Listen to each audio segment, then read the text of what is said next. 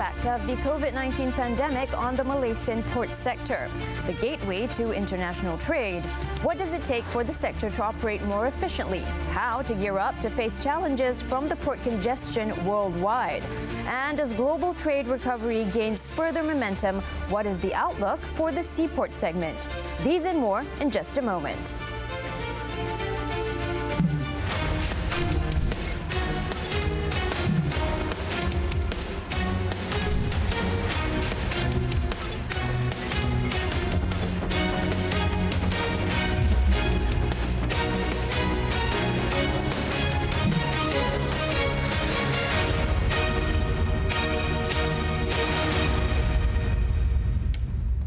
Hello there, welcome to Money Matters. I'm Azaria Tagaya. Now, the port sector in Malaysia has progressed tremendously over the years with a large number of ports, primarily due to the country's strategic location. With various COVID-19 lockdowns and mitigating measures implemented, not only in Malaysia, but also worldwide, there's been a reduction in consumption and capital expenditure. And this current situation has undoubtedly affected businesses and industries on a global scale. However, there's still a need for goods to be transported around the globe as factors such as globalization encourages world economies to become more interdependent. Now, the question is, how has the shipping industry been able to navigate these challenging times? Well, today on Money Matters, we talk about the re-emergence and recovery of the country's economy, as well as post-pandemic readiness of the Malaysian port sector. Westport Holdings Berhad Group Managing Director Datuk Ruben Emir Gnanalingam Abdullah is with us virtually. From London, thank you so much for joining us on Money Matters, Datuk. Hi, Zara. Thank you for having me on the show. Really appreciate it. Thank you so much. We appreciate your time. Now, Datuk, can you please start off by giving us sort of an overview of the early stages of the pandemic and its effects on the Malaysian port sector? Like, for instance, in the port sector, we know that there are different divisions within the business. So can you give us an idea of some specific areas within the business that have actually been more severely affected by the pandemic? So, as actually... all of it was affected in almost the same way. And where it was affected was mostly at the beginning of the crisis, which was in March, April, May, and June last year. So that's where, like everybody else, we saw a massive decline in volumes across the board for almost all categories, as most countries went into lockdown. And because of that, people didn't know what to expect going forward. So what we saw after that, however, was a quick recovery where in July onwards, we started seeing volumes actually being stronger than the years before as well. So it quickly recovered, mainly, as you mentioned, goods still need to move. And a lot of the slowdown so far has been mostly happening on the services sector as opposed to actually the goods sector. And therefore, consumption is still moving and people are still spending. I suppose a lot of it has to do with countries having, pandemic relief and giving out money to people, like the $1.9 trillion in America, and other countries having furlough schemes as well. So this has helped goods still flow, and therefore, although those 4 months were everyone was hit very, very badly, it kind of grew and recovered pretty quickly after that. Now, give us an idea of how the port sector actually operates, because I understand there are different parts of the port sector. For instance, we have throughput and we have transshipment. So what are the areas that you can actually see more growth in? As you mentioned, there's been a boost in consumer demand. So which areas within the port sector do you think has more potential for us to see growth in within the coming year? So I don't think there's so much really as a boost in consumer demand. I think it just didn't go down as much as people thought it might do. So some areas actually consumption went down where, so for example, the tourism stuff. So anything related to tourism, so the goods that used to travel in those tourism areas, so for example, the soaps you use in hotels or even, sheets and beds, etc. Well, of course, the consumption of those would have fallen by a little bit.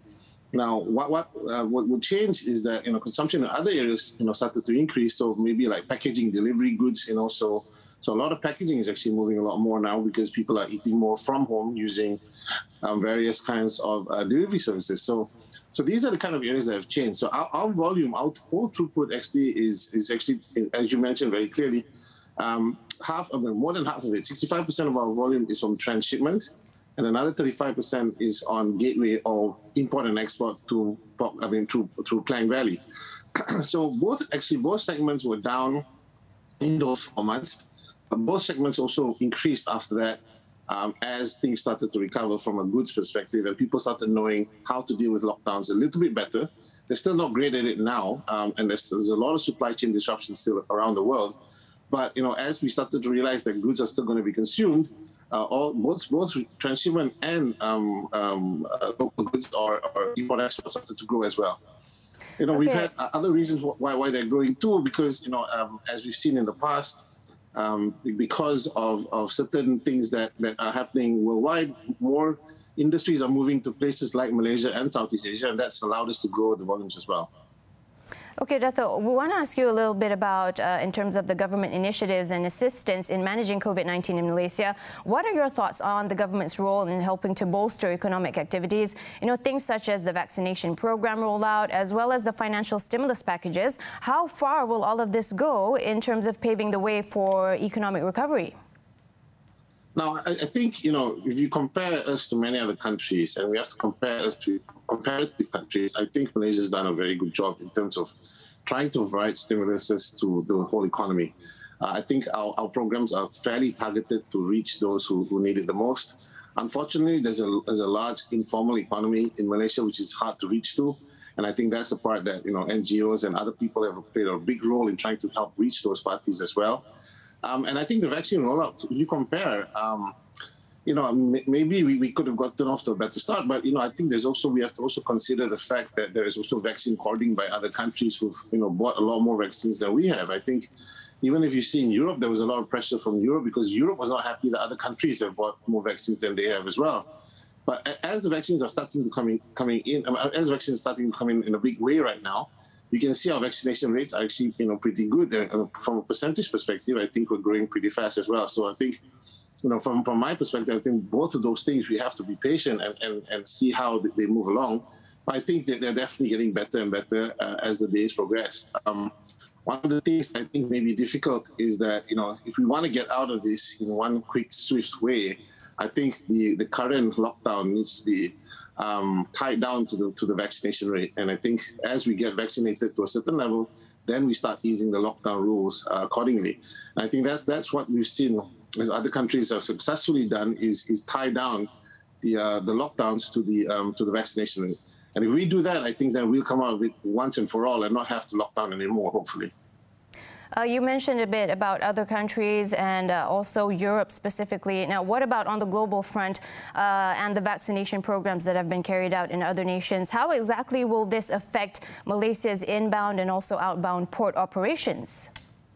So our inbound and outbound port operations actually is okay. It's the transshipment one that usually gets affected by the global effects. So, we had a little bit of congestion in November, December, January, mainly because countries around us at that time were going into lockdowns, coming out of lockdowns. And as those lockdowns and other measures go into place for certain countries with regards to border control, what we see is then we see disruptions in the supply chain in a very big way. And that's why we saw congestion, for example, in those months, because the yard was full, because boxes had to be dumped here because other ports were closed at that time and therefore couldn't take on the cargo. So what we were seeing very clearly is that, these supply chain disruptions are the biggest factor right now in this business right now, and we're trying to mitigate all of it. We found ways around it right now, and therefore we don't have those congestion levels anymore. But we're still seeing massive disruption of the supply chain overall. And I think, we need to all work together to make sure we get things back to normal with regards to the supply chain disruptions. Okay, Datuk, you mentioned about the lockdown. After this, we'll be talking more about how the lockdown in Malaysia has actually given an impact on businesses. But for now, we're taking a short break. When we return, we'll find out more about the Malaysian port sector and how it has been affected by the current pandemic and how exactly this has changed how ports conduct its business operations and also procedures. But before that, we would love to hear from you. Do find us on Twitter and share your thoughts on the topic. Money Matters will be back after this break.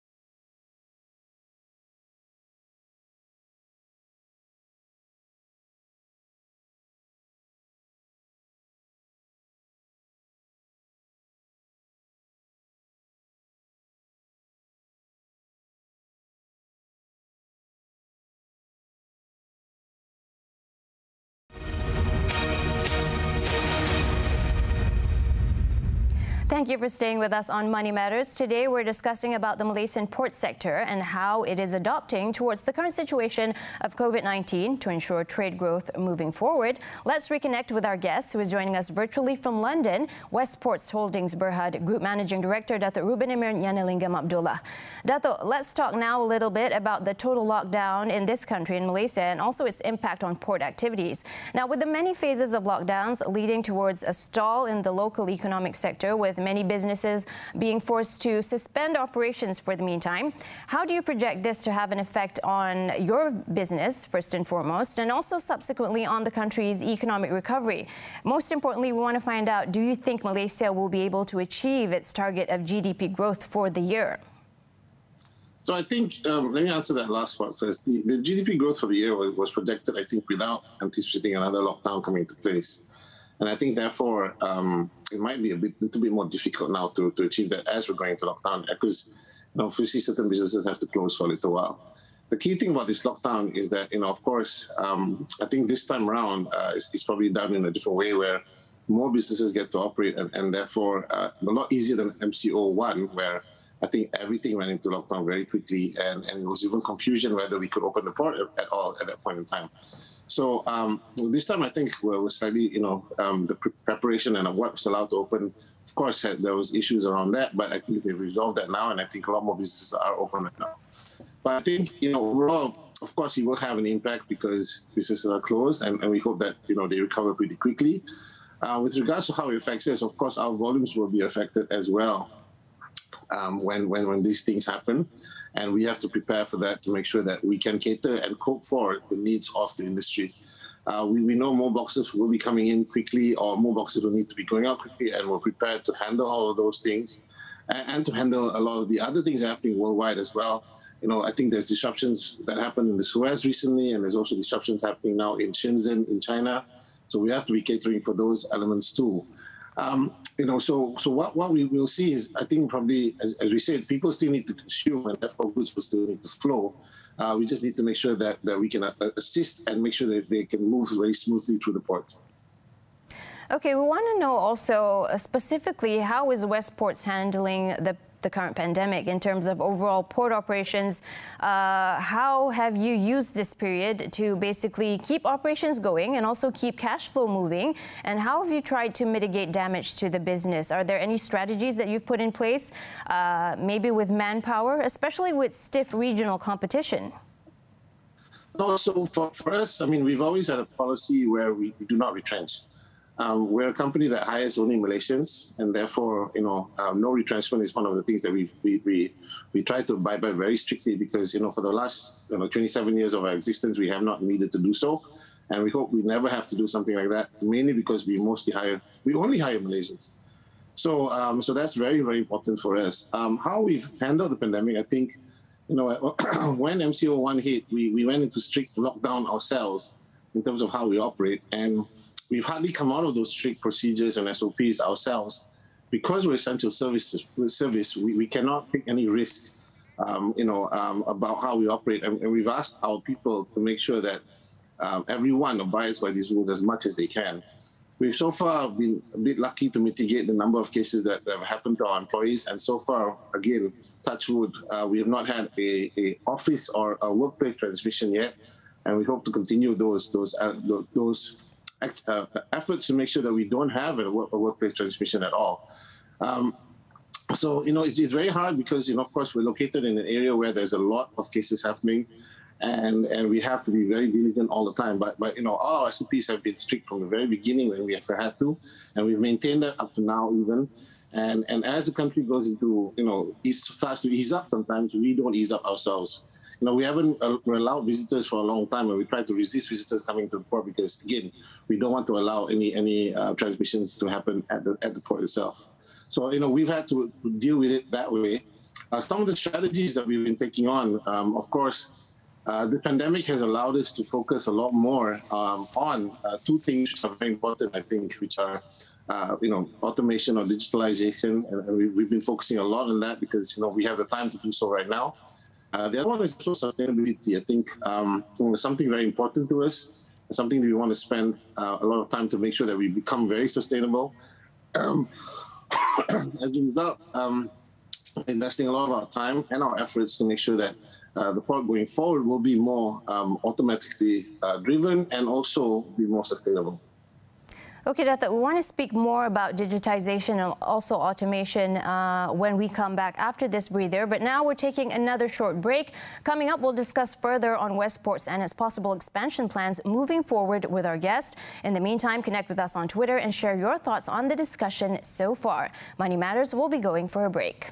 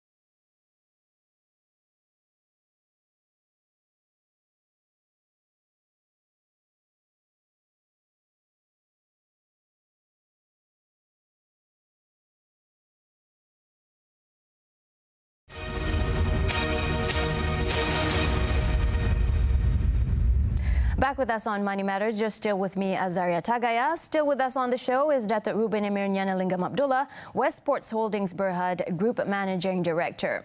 Now, Datuk, before the total lockdown was put in place, Westports actually projected economic growth to recover within the year, and that Westports would also experience single-digit container throughput growth for the financial year in 2021. Now, what are your current projections for the financial year 2021 at the moment? So for ourselves, as I think we have not changed our targets. One of the key reasons is that, as we can imagine, last year the second quarter was very, very low. And it was very low because, as I said earlier, all countries went into pandemic at a time, and therefore everyone was affected in a very, very big way in the quarter. So because that quarter went down so much compared to previous years, that's why we project growth this year, mainly because we don't think this year is going to be a great year. We just think that because last year was affected, that we would bounce back this year. So we set basically a range of about 0 to 5% growth in terms of volume this year, and I think we're still on target to try and achieve that. And we hope that they will still be possible for the rest of the year. And we still see signs that where it's definitely still something that is achievable. As countries are starting to come out of these lockdowns and we see some light at the end of the tunnels that the vaccines might be working, I think these targets will be very, very achievable. Okay, Datuk, give us some insight on this. There were reports of a slight congestion experienced by Westports at the end of 2020. And not only this, I think it may be safe to say that space constraints were experienced by many ports here and also abroad. So give us some insight as to what extent did you actually experience congestion and what caused it, and how did you overcome the situation? And what are your plans to ensure a similar situation doesn't reoccur? So, as I mentioned earlier, the congestion we had in November, December, January was mainly because of countries going into lockdowns at different times at that point in time. Specifically, some of our neighboring countries went into lockdowns then, And therefore, what happened was we had to, those boxes get dumped here because they can't go to those destinations as those ports are closed for whatever reason. And therefore, there was a sudden surge in our yard, what you can see behind me in our yard, where it started to become very, very, very full. And when it becomes very full, it's very hard to manage because there's no space to move and there's no space to do anything. So our utilization for the yard at a point in time reached over 100%. Mainly because of that occurrence. So what we've done in recent times is to make sure that we do not have boxes being dumped here too much. Number one, we try to clear the boxes that are going out as well. We worked with our shipping lines and our partners to try to make sure that the turnaround times of these boxes are faster. And we're also building up facilities to handle more boxes going forward as well. So we're adding more yard space as we speak to make sure that we don't have those kind of situations happen again. Now, this was the first time, I think, as you mentioned very correctly, that it wasn't just us where this happened to. It happened to all the hubs in this region. And all our neighboring hubs as well got congested because of this exact same reason at the same time. And so we all had to find ways to get around this. And I think, since this is something that the first time we're all experiencing, we've all had to find new ways to deal with it. And I think most of us actually have. Okay, so the pandemic has actually highlighted the need for ports to find ways to keep trade flowing as efficiently as possible. So getting back to the topic of digitization that you actually mentioned before the break, what are your plans in terms of digitization and also automation, and how are you going to tap into this in order to sort of modernize and also innovate your operating facilities? So actually, it's something that we've been looking at for the longest time. I mean, one of the key things in Westport is that we truly believe in innovation all the time. That doesn't necessarily mean just technology. It means trying to continuously change the way we operate. The one thing we don't want to do is operate the same way forever, because we know that the only way to survive is to consistently change all the time. So we've been looking at digitization and automation projects for over, as I said, specifically over the last 5 years in very great detail. And what this pandemic has allowed us to do is actually to accelerate some of these projects. We're working with multiple companies over multiple areas of how we can use technology to better improve our operations or cut our costs. And in a way, we've almost like set up a sandbox at the port where we're allowing companies to come here and experiment with us, together with us, to see how these new technologies can actually work in a very good way to enhance our business, but also to enhance other logistics facilities around the area. So we're not, in our sandbox, we're not just doing it for our business, we're also doing it for the rest of the logistics sector, where other companies are coming here to help us and help them themselves also try to find ways to use new technology to improve the overall efficiency of the supply chain and the overall efficiency of the port operations as well. But Datuk, can you share with us how much will Westports invest in this area to move forward? I think on an average, I mean, the thing is, most of our CAPEX going forward, a lot of our CAPEX going forward will be based on digital or automated equipment, as for example. So the majority of our CAPEX, when it comes to equipment, will be based on automated stuff anyway. So with regards to the investment into the, going digital, things like that, I mean, it's hard for me to say because each department has their own budget to do so. We don't really have an IT budget per se. We have every department is looking at it from a perspective of they have to invest into new technologies all the time. So it's probably in the tens of millions annually at least in terms of what we want to spend to innovate to get better.